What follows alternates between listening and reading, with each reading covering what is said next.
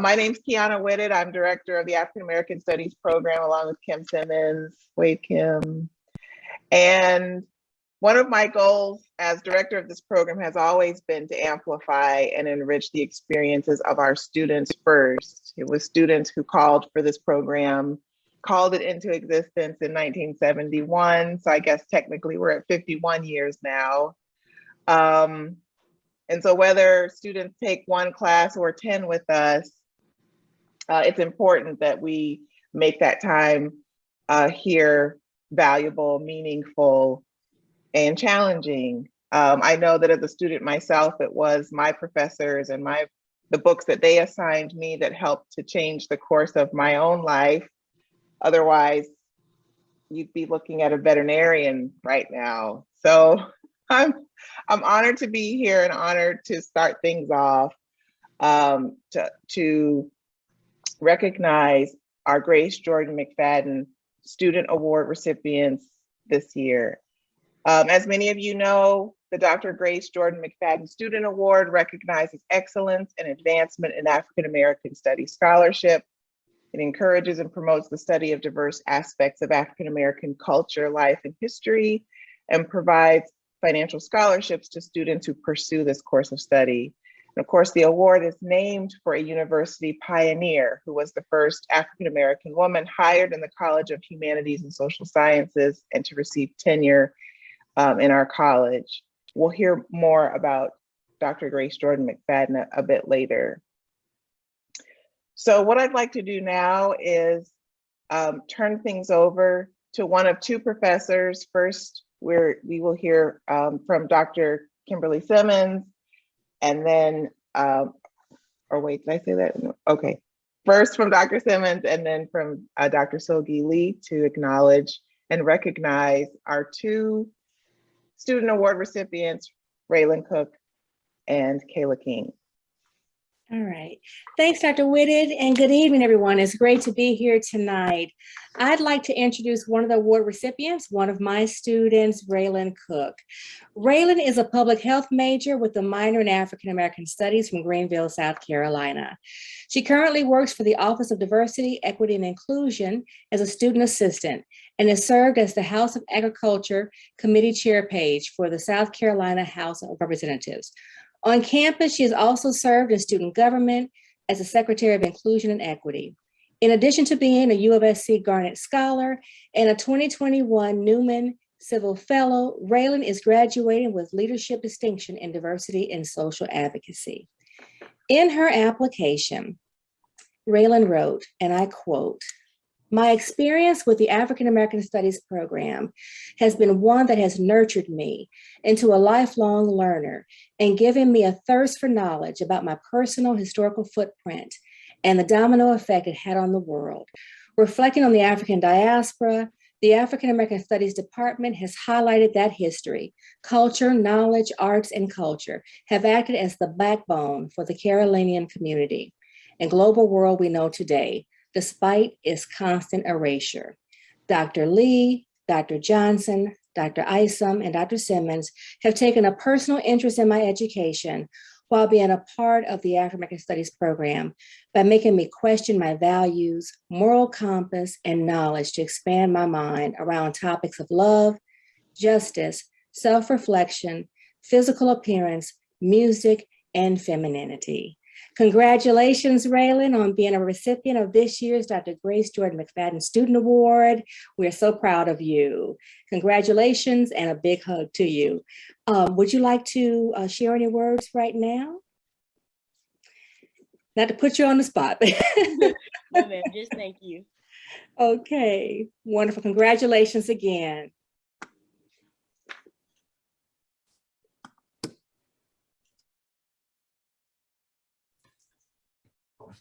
All right, thank you. It's an honor to be here to introduce somebody I've worked with all year. Kayla King is a senior African American Studies major with a minor in Women's and Gender Studies from Charleston, South Carolina. During her time at U of SC, Kayla has served as an AFAM 50 student ambassador and is currently serving as a research assistant for the Center for Civil Rights History and Research. She has also worked with Student Life as engagement director and as an intern in the Leadership and Service Center. Kayla's plan after graduation is to pursue an MA and PhD in history with the hope of one day building a community center in Charleston that will provide opportunities for low-income students and families. In her application, Kayla writes, quote, "Throughout my educational experience up until I entered college, I was taught very little about Black history and the impact that Black Americans have made in this country. Whenever Black history was taught during these years, it was always taught from a white savior complex or looked over as if the history of Black Americans was not important enough to teach.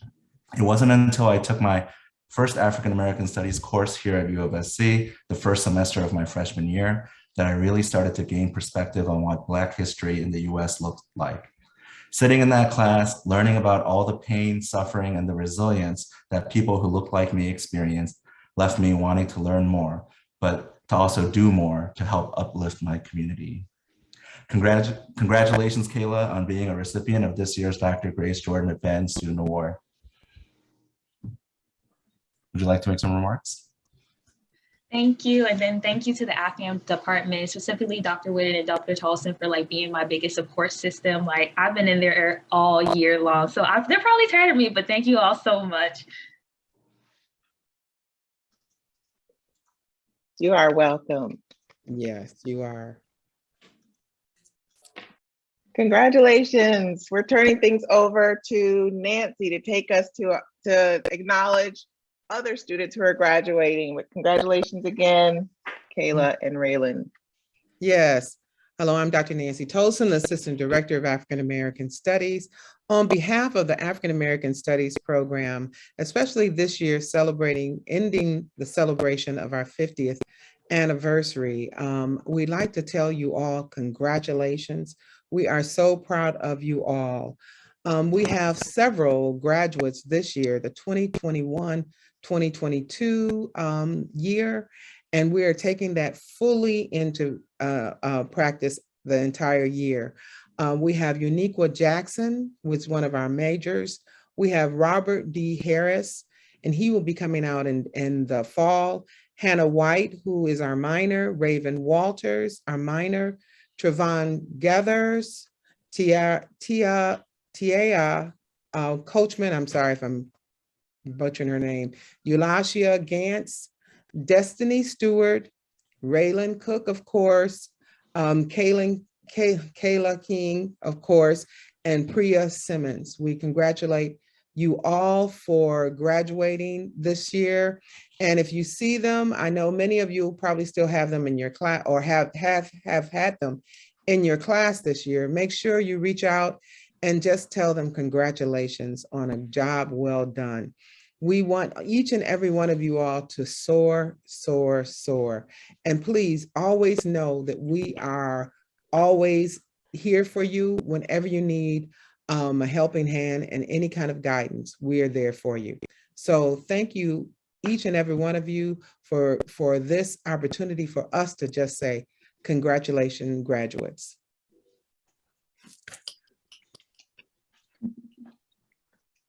So there's also congratulations in the chat. I will say for those of you who are graduating this year, we have a little goodie bag that will be available for you in the African American Studies office in Gambrell Hall this Friday. And just a few things, parting gifts from us. And if you haven't already gotten a copy of Invisible No More, I will share with all of the students who are on the call that we have a copy. We've bought extra for our majors and minors in African American Studies. So you can come pick up a copy of that as well. Whether or not you're graduating, it's an excellent book. So congratulations again.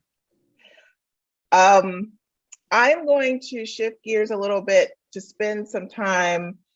We wanted to spend some time talking about the person for whom this award is named and to be able to honor Dr. Grace Jordan McFadden. I see that Dr. Johnny McFadden has been able to join us. It's so good to have both him and Rashida here with us today. I'm going to turn things over just for a few minutes to Dr. Bobby Donaldson, Associate Professor of History, who will share some information with us about Dr. Grace Jordan McFadden's work as a historian and her background here. Dr. Donaldson is also director of the Center for Civil Rights History and Research and serves as the lead scholar for Columbia SC63, a documentary history initiative that chronicles the struggle for civil rights and social justice in Columbia, and knows a little bit of everything about everybody. I'll turn it over to you, Dr. Donaldson. Thank you so much. Well, thanks very much, Dr. Whitted. Good evening. I'm honored to join my colleagues in African American Studies as we continue the celebration of our 50th anniversary. This evening, we celebrate and recognize, as Dr. Whitted mentioned, student achievement. So I want to extend my congratulations to Raylynn Cook and Kayla King, who's actually one of my assistants in the Civil Rights Center. It seems fitting that we celebrate students tonight while remembering and honoring the remarkable legacy of a towering figure on our campus, Dr. Grace Jordan McFadden. And Dr. Whitted, before I go any further, let me just say this. Without Grace, there would be no Bobby Donaldson. There would be no Val Littlefield or Cleveland Sellers. And so many of the people who've been involved in the evolution of African American studies are indeed indebted to Grace Jordan McFadden. So who is this woman we talk about tonight? Grace Jordan was born in 1943 in Sacramento, California. She received her undergraduate degree in political science from the California State University of Sacramento, and she received her master's degree in urban education from the Catholic University in Washington, D.C. When a reporter once asked her about what made her pursue the career of African American studies, this is what she said. She said, in the mid-1960s, I became concerned about what my contribution should be to helping society move itself out of its dismal state in reference to racial, educational, political, and social issues. And then she said, I initially wanted to be a lawyer. And then I decided to pursue a commitment to social change. So Dr. Grace Jordan McFadden joined what was called the National Teachers Corps. She served in Los Angeles in the Watts community. And then she moved to Washington, D.C. And it's in Washington, D.C. where she said, quote, I became obsessed with learning about my people. So she enrolled in the course in Black History at George Washington University. And she said, I had an obsession to learn. And I tried to read a book every night. The more I read, the more I realized just how uneducated I was about my people. And so tonight, Professors Lee, Taylor, Johnson, Whitted, Tosin, this is what the historian said. She said, I was influenced in my quest by Black women writers, including Frances Ellen Watkins Harper, Zora Neale Hurston, Margaret Alexander, and Nikki Giovanni. In 1975, she earned her PhD from Antioch Union Graduate School.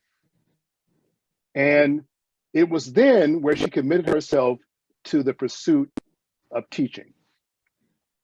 In the early 1960s, Grace Jordan McFadden was featured as a future teacher at a Sacramento high school. When asked later why she wanted to pursue teaching, she said the following: I like teaching because I enjoy the excitement of a person learning something new. It's exciting to be able to give information and to, quote, unlock minds and enhance the knowledge of individuals. So from the late 1960s, Grace Jordan made it her business to unlock minds. She taught at the University of Toledo, and then in 1971, the year of my birth, she comes to Columbia to serve in the South Carolina Desegregation Center on the USC campus. And there she worked in teacher training and curriculum design, focused on integrating Black history into the public schools of South Carolina. But in 1971, Grace McFadden thought she would return to Sacramento. When someone interviewed her many years later, she said her idea was to go back to California, but she really believed there was something to be done on the East Coast. Fortunately, there was a young scholar on the campus of USC who convinced Grace there was something to be done at the university and in South Carolina. And in 1972, she married this young scholar whose name was Johnny McFadden. In 1972, she was hired as an instructor in the history department in African American Studies. In 1976, she was appointed as an assistant professor. And in 1981, Grace Jordan McFadden was promoted as an associate professor. In these roles, she earned historic distinction as a path-breaking figure, becoming the first African-American woman to be hired in the professorial rank and tenured in what was then the College of Humanities and Social Sciences. In 1986, Dr. McFadden became the founder and director of the USC Oral History and Cultural Project. And in 1988, she was appointed director of the African American Studies program. She served in this role until 1994. As director of the African American Studies program, Dr. Grace Jordan McFadden was steadfast and unmovable. She developed a series of programs commemorating the 25th anniversary of the desegregation of our university, and a series of programs focused on students involved in the civil rights movement.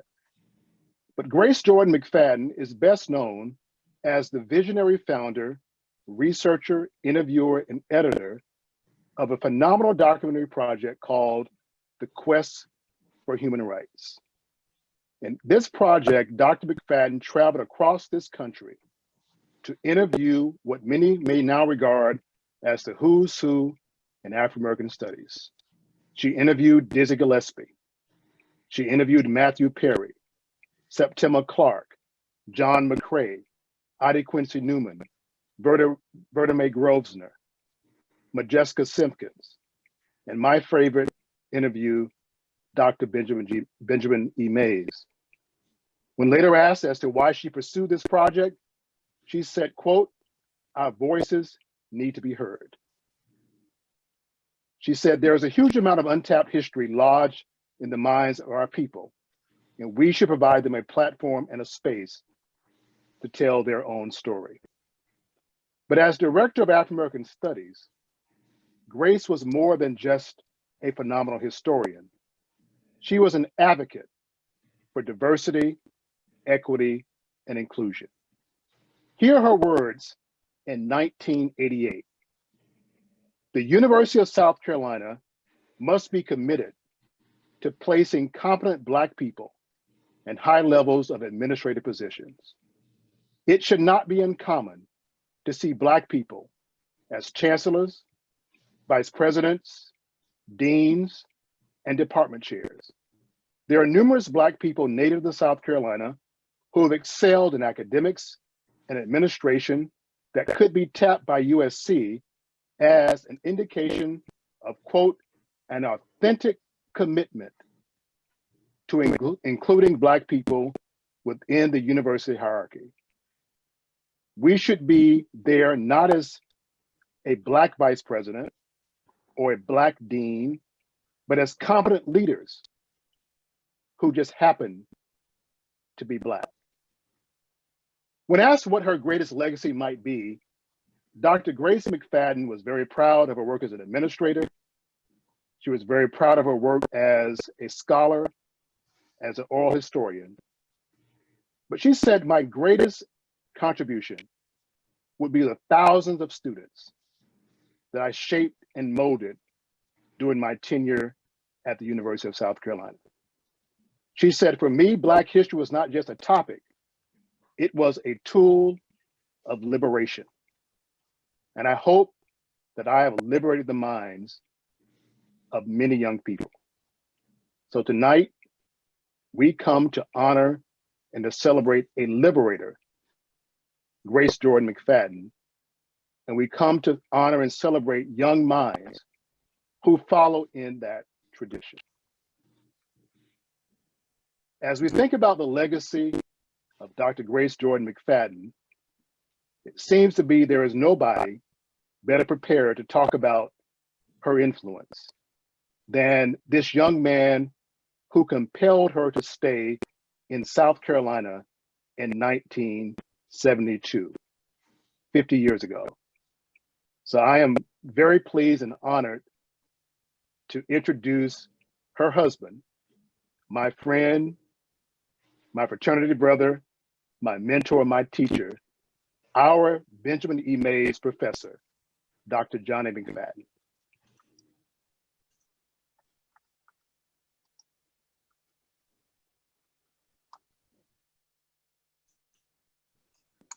I think you're muted, Dr. McFadden.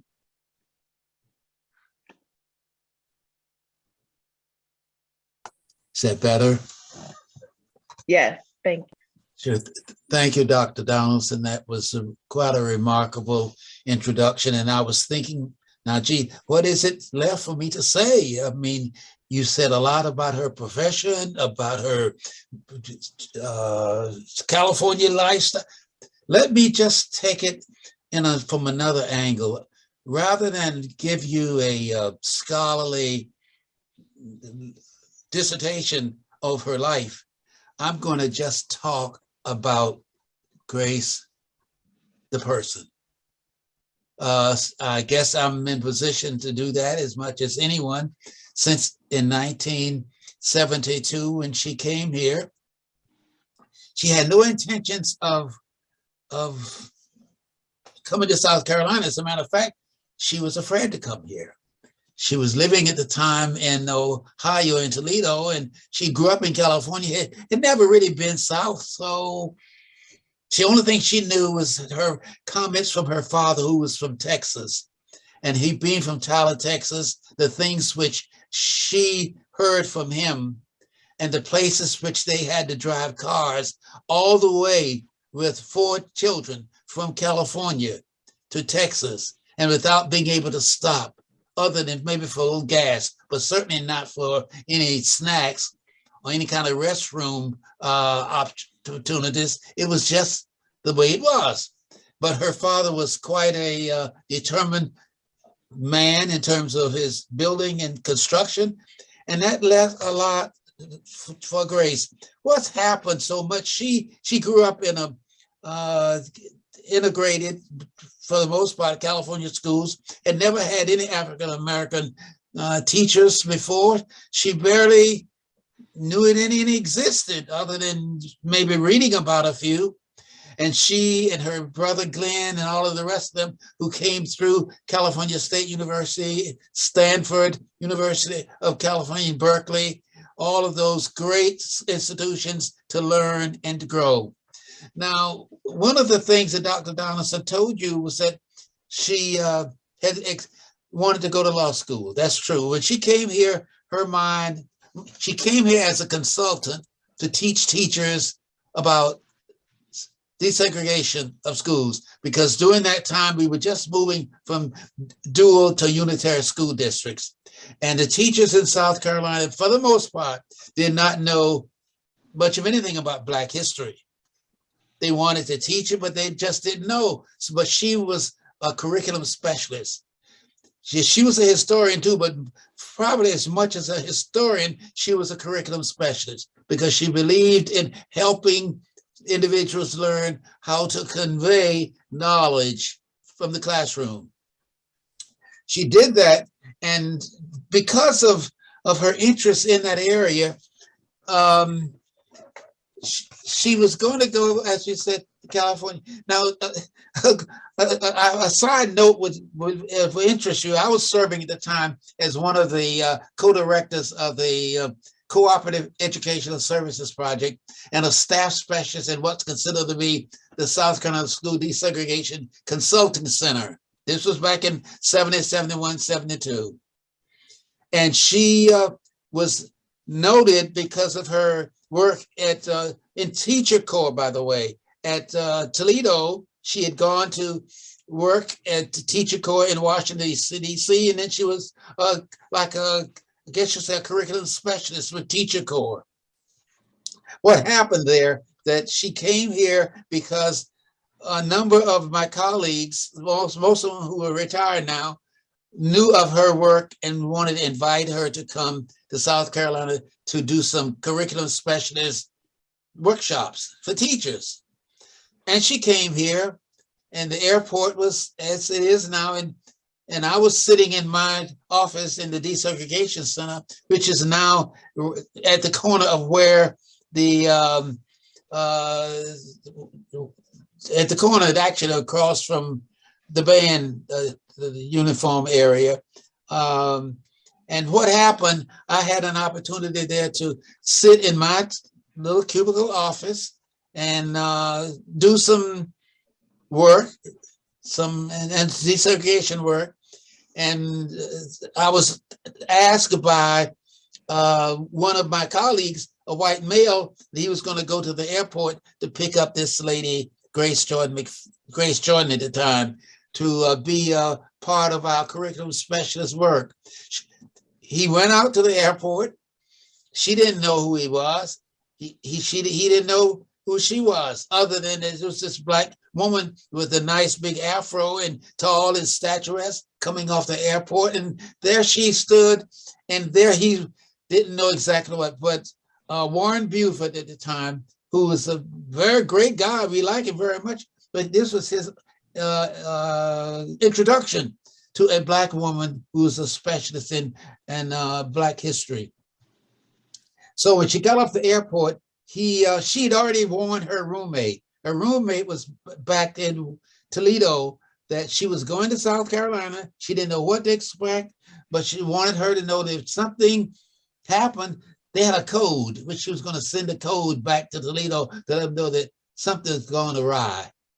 And she stepped off the plane. She said she was quite uneasy, but she didn't know who was going to meet her, but there was this white guy meeting her. And he thought, oh Lord, here it is. It's all now going to really fall apart. But she did get off the plane. He took her bags, put her in the automobile, and all the way driving from the airport to which is now 503 South Main Street, down in the center, to the desegregation center. And he brought her in, brought her to my office, because here I am. They wanted me to meet her, and I did. And I was sitting at the time, I was not a big restaurateur at the time, so I had my sandwich, which I brought from home, and maybe a slice of cake or something, but whatever it was, I was eating my lunch. And as I was eating my lunch, she came in, and my observation, being the Southern gentleman that I was and probably still am, I asked her if she wanted to have a part of my sandwich. And that was unusual. She didn't know what to do with that, but that was a courtesy that I had. And she, said no. But anyway, we went through that. And then she, the rest of it was that she was supposed to then go out they wanted me to take her to dinner, to show around town, get an apartment, do those, which I did. And so all of that happened. But in the meantime, she had already sent her code back to Toledo to Jackie, but she'd met this person, and she was scared to death. She just did not know what to expect, because here he is, and there she is, and all of the stories that she'd heard about the South were basically being unfolded. So she decided then that she was going to do the workshops, which she did. There was standing room only for them. The students, the teachers now in the district who are still around will tell you what a phenomenal difference it made, because there was not a curriculum for Black studies at the time at the university at that moment. And there were just few of us. She was the first African-American woman, as he said, in the College of Liberal Arts, first one to be tenured in that college. Yours truly happened to have been the first one, full professor, Black, tenured, Mays professor, history of University of South Carolina, and now in his 51st year at this institution. Nothing to brag about, it's just a fact. Here I am, and until I can get someone to kind of, help me find something else to do, I'm going to stick around until such time as they don't want me anymore. Nevertheless, so what happened? It was time to go to dinner. And I went to, I had an apartment at Woodland Village, and I came and got her at a restaurant and took her to a restaurant right on Broad River Road, right there before the bridge. There was a restaurant there that was very, very elegant, and in fact, the waiters wore tuxedos. I remember that very clearly, and I guess I was trying to be kind and nice, and I don't know whether I was trying to impress her or not. Maybe I was, but I thought I was supposed to be dating Jackie, so how could I be impressing Grace? And I was kind of, I guess I wouldn't say playing the field, but I was just being kind of, kind of a Johnny boy. and so when that all happened, I took her back to my apartment over there and showed her Woodland Village where I was living, and showed her some of the artwork that I'd collected. And my niece was living with me at the time, Sylvia, so she had a chance to meet her. But more than any of that, she tells a story that her plans were changed somewhere over their last. She went back to Toledo. We had had a nice conversation, and I maybe used some 4 other words. I called her back up to tell her how wonderful it was to have her here. But then I told her a couple of little things on the side, which I don't need to repeat at this moment, which were kind of sassy, I guess. I don't Playboy sassy, but whatever it was, it meant you bring your so-and-so down here and let's get married. Bam. Well, that shocked her. She didn't know I don't know if I meant that. I knew he was a person I respected, I admired, I honored, and I wanted to, since I was available, I was kind of wanted to see what it was going to be like. But she said that she wanted to come and stay here, which she did. But I guess the moral of the story is that you never know who you're meeting, what you're meeting, and what it's going to all mean. Someone said that, well, Johnny, it's time for you to kind of, you go down the aisle. What are you going to do? I said, I don't know. I said, I haven't found anyone. I want someone who's tall, statuesque, intelligent, had class, can appreciate the Southern culture, speaking languages, and also who's going to kind of help keep me in check. I mean, not that I was a bad guy by any means, but I know that guys being guys, men being, they have the propensity to kind of go off to the side. And I didn't want to do that. Sure enough, I met my match. Grace did a remarkable job of helping me in our marriage and making me kind of, if you will, kind of toe the line, stay connected with my scholarship. At the time I was finishing my PhD dissertation, so I was concentrating on that, and she was able to help me talk about some of the chapters that I was writing relative to that area. Then they wanted to have her come back from Toledo a couple times over the summer to do some workshops. And also then a history department was interested in her serving as an instructor. That's what it was, an instructor in the history department, which eventually became the assistant professor. And the rest is, you heard through Dr. Donaldson's report. But I don't know, the best thing I can tell you is that a remarkable woman, an angel in a true sense, an icon, a person to be revered. Yes, she's with us now. And she will ever be with us because of her impact that she's made. She helped to get the African American Studies program off the ground with Willie Hereford. Then she founded the Oral History Project, which he talked about. She had a chance to go from city to city, interviewing individuals. And some of that you will find if you talk with Dr. Donaldson now, should be archived in the University of South Carolina, based on her interviews. She was an oral historian, and we didn't know much at all. I don't know if I had heard of oral history at the time, but when she came along and started that project, we have been going with it ever since. They wanted her to be the chair of the history department of the or the African American Studies Department program. And she took that role on. And like I like to remind people, I think we're doing a great job. I've admired Dr. Whitted and the staff people for bringing forth the 50th year anniversary. But you know, truth be told, there was an anniversary 25 years before this one. It was called the 25th year anniversary, and she did it almost solo.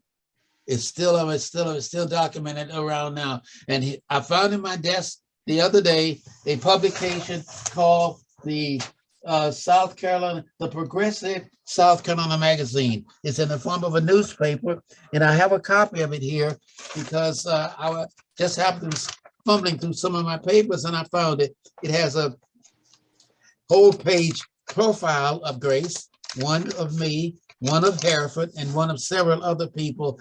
And I don't even know if that particular publication is available. I don't think it is anymore, but I do have the tan worn copy in my possession that we can certainly talk about. And as a matter of fact, we also have at the same time something else I started that called the Benjamin E. Mays Academy for Leadership Development.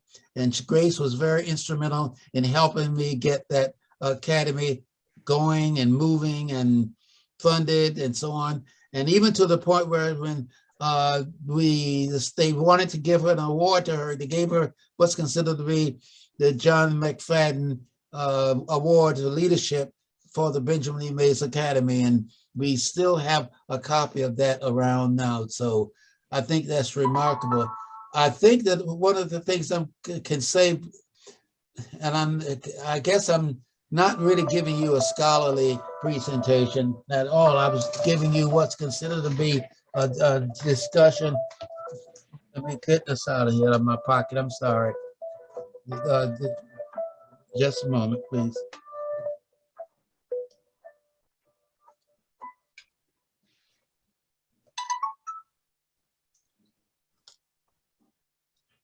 Well, nevertheless,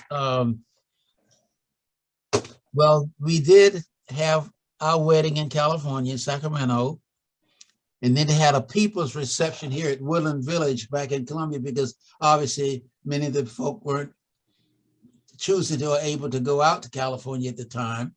And, but so we had a very nice Christian type of reception of the golf club out there in California to, I guess, to kind of pacify the family. So since they weren't going to be participating in our champagne, and then we came back here, we had an opportunity to do a people's reception, which was at the Woodland Village Apartments, which all of my colleagues around the university in this city sponsored. They organized it, they sponsored it, they funded it, and individuals came from different parts of the United States to participate in that celebration.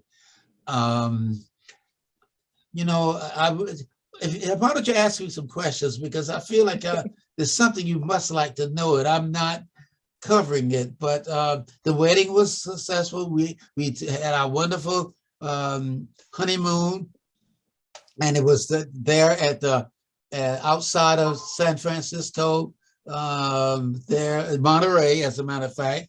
And then she also helped me a lot with my international work, which I was a VP for International Affairs. She traveled with me around the world. She was very knowledgeable somewhat in German, so she could help me with some of the language business. She also helped me to understand more about me and my own legacy and history and pride. And so from that came our daughter, Rashida Hannah McFadden, who's with us today. And thank you, Rashida, for joining us. But anyway, that whole idea of her being our daughter and going through school and studying and making us proud, and all of that's just beautiful. So I still talk about the angel Grace, because that is what she is, not was, but is. And I'm remarkably proud. Women around town will tell you that she was intellectually of stature, she was physically of stature, She was almost she helped me to understand the brick wall along Green Street of University of South Carolina. That brick wall just outside of Russell House. Yeah, it's a brick wall.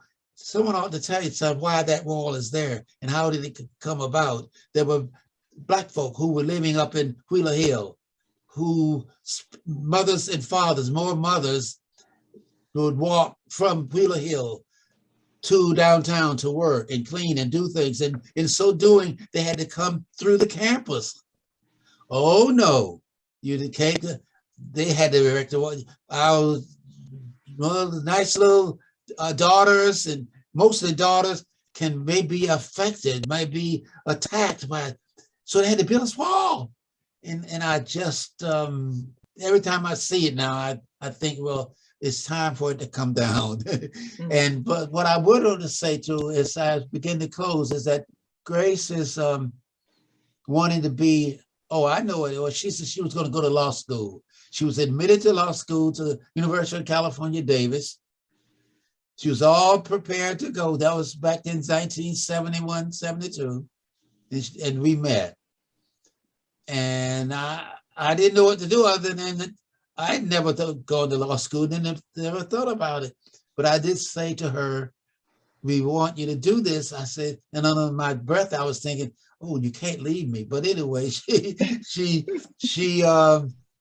I said, why don't you check your choice? You can go and get your JD. I have no problem with that. Or you can get an MRS. And I didn't really, that wasn't an ultimatum. That was just an idea because I hadn't planned to get married anyway. Nor did she. But so she chose the MRS, and I'm more than fortunate now as a result of that. And coming from that, all the things that, and you know, when we talk, for example, about the Grace Jordan McFadden Professors Program, which University is supporting, when we talk, for example, about the Grace Jordan McFadden Lecture Series, when we talk about the Grace Jordan McFadden African American Studies Program and AFAM, when we talk, for example, about the Grace Jordan McFadden Oral History Project through the Department of History, it's all over the place. And we celebrate that. And those of you who are now getting this award tonight, I don't know of any award you would get through your remaining lifetime that you could be any more proud of, because it came out of the sweat and blood of Davis College, of Gambrell Hall, of Osborne Administration Building, of the Wardlaw Education, of all the places. And one of the things that would have happened, I often think about this, particularly over the last month. Gee whiz, if Grace, as remarkable as she was, as a matter of fact, she was a colleague also of the two speakers who we had the other night for our program. The let's see, one was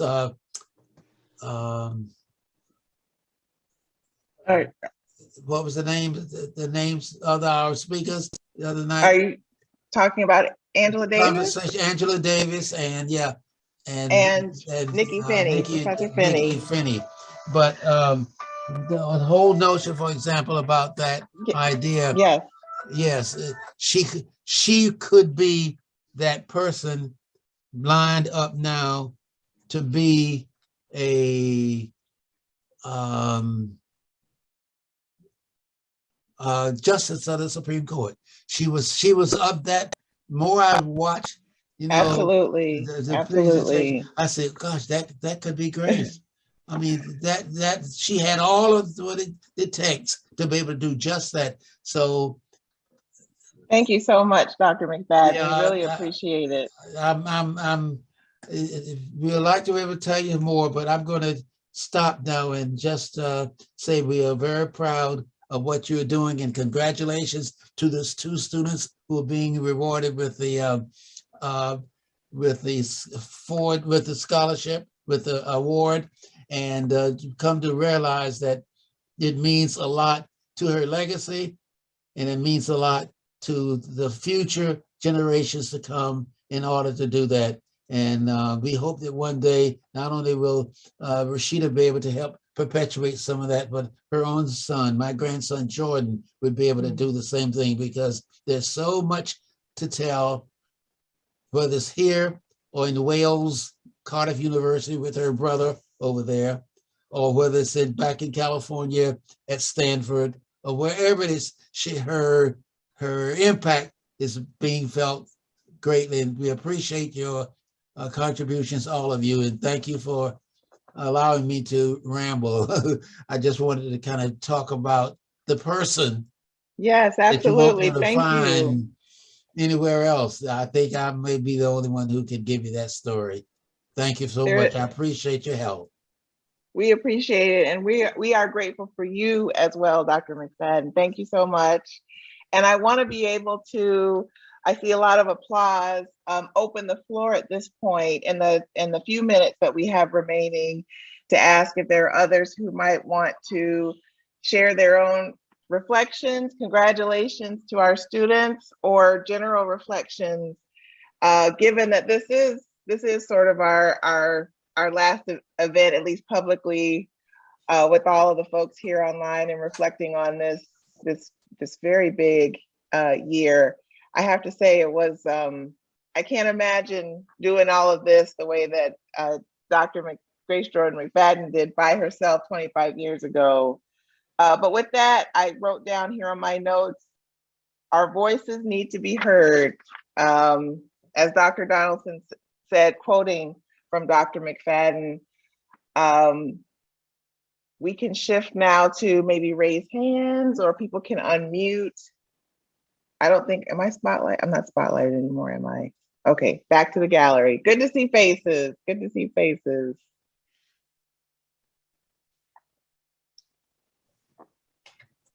Well, I'll just chime in and say what I said in an email, I'll say in person very quickly, which is I'm enormously proud to be a faculty member in this program, to be a member of this A family, as Dr. Tolson often says. And I don't want to leave anyone out, so I'm going to just say thank you so very much for all those who have led, for all those, well, actually, I'm gonna call some names. So to Dr. Whitted, to Dr. Simmons, to Dr. Jillian, to Dr. Thompson, to Dr. Lindsay, Dr. Frenchy, to all those who have led this effort, from phenomenal programming to phenomenal documentaries, to all of our faculty members who presented your research, to those who've led the committees to organize. It's just been a absolutely fabulous, slightly exhausting to you, but fabulous 50th anniversary celebration. I couldn't imagine you had anything that has been left out or could have been done better. And my great thanks to you as a member and faculty member of this program. Thank you. This is Nikki, and this is Nikki Finney. Dr. McFadden, I want to first say to you, it is such an honor to be in this program, and to get to listen to you, to get to listen to your oral history of your wife and of her life.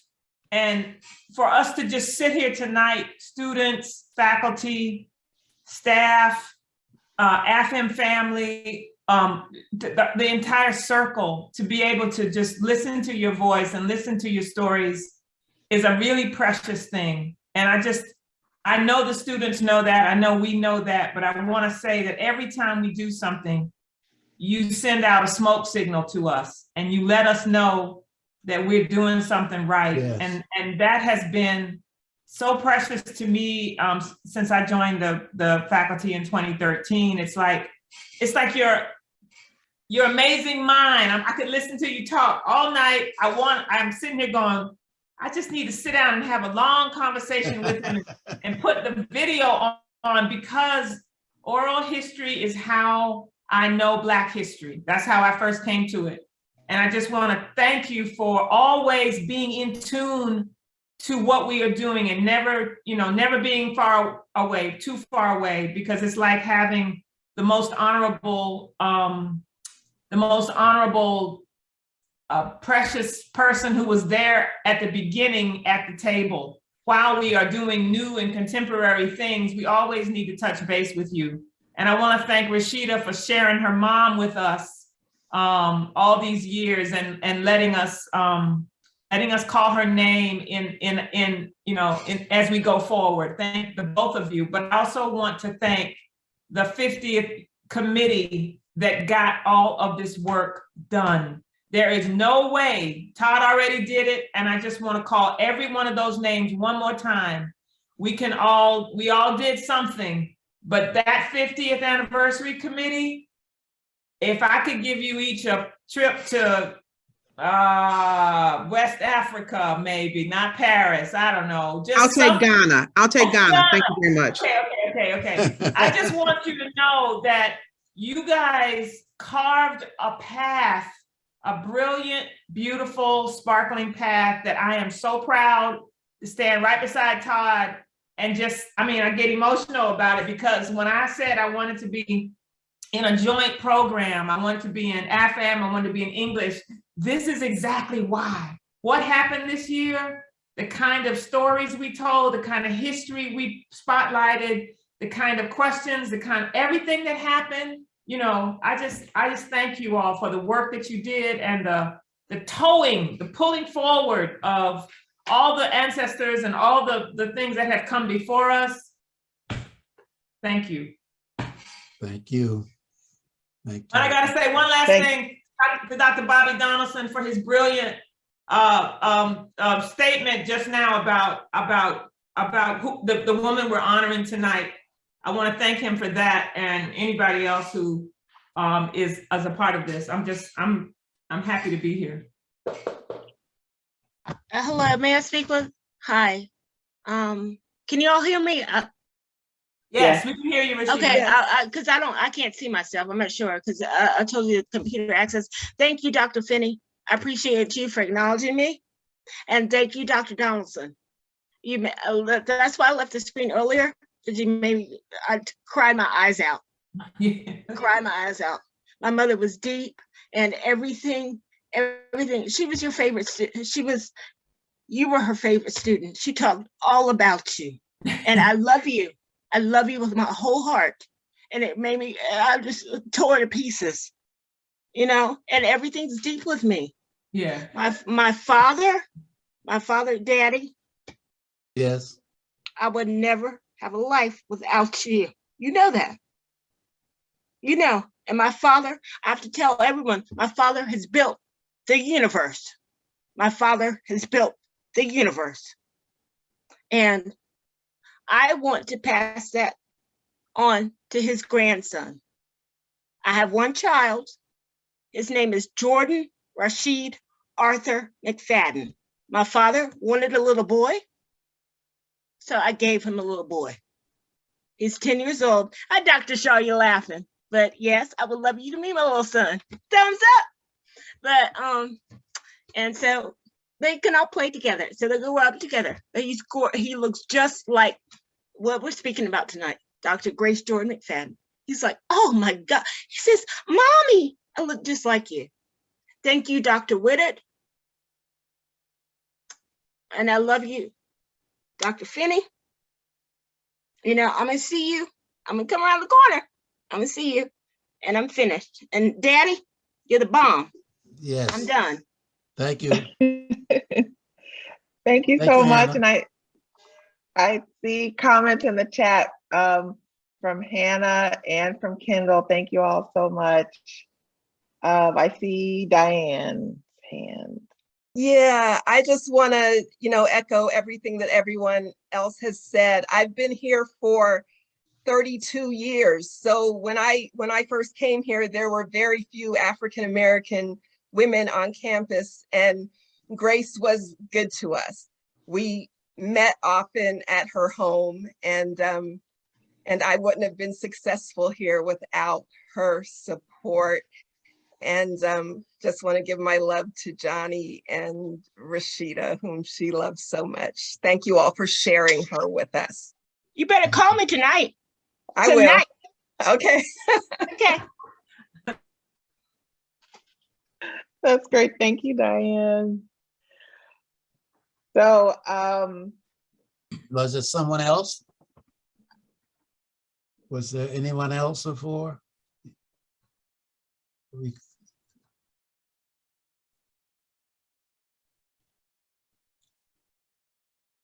well, I will tell you, one of the things that I am excited about is that we are not done, right? I keep talking about a close, but we're not done. We have lots of wonderful things ahead, bigger and better. New folks coming in next year, new energy, but we're going to take all of this with us. I mentioned earlier at the start of this about the documentary video that we showed at the beginning of the Smalls lecture. We're going to make sure to share those. I think there's some final edits happening, but we're going to make sure to share those so that you can see interviews with Dr. McFadden talking about Grace and with others on this call talking about the program and our students. There was that great scene with you, Kayla, and Destiny, and the one that was shown last week. So I really appreciate it. And I appreciate you all taking the time to come out to honor what we've been doing in this program. So with that, I'm going to say thanks. Let's go get dinner. Enjoy the rest of your evening. Good luck with finals.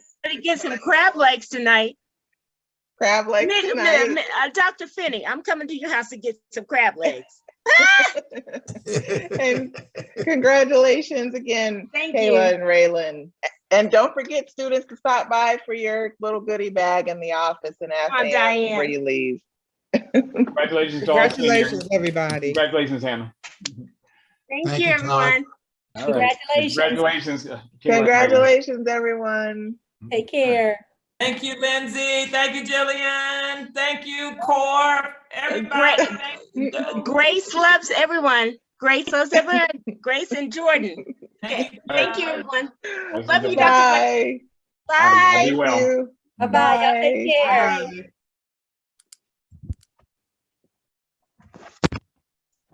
Can we pause the recording or we can't?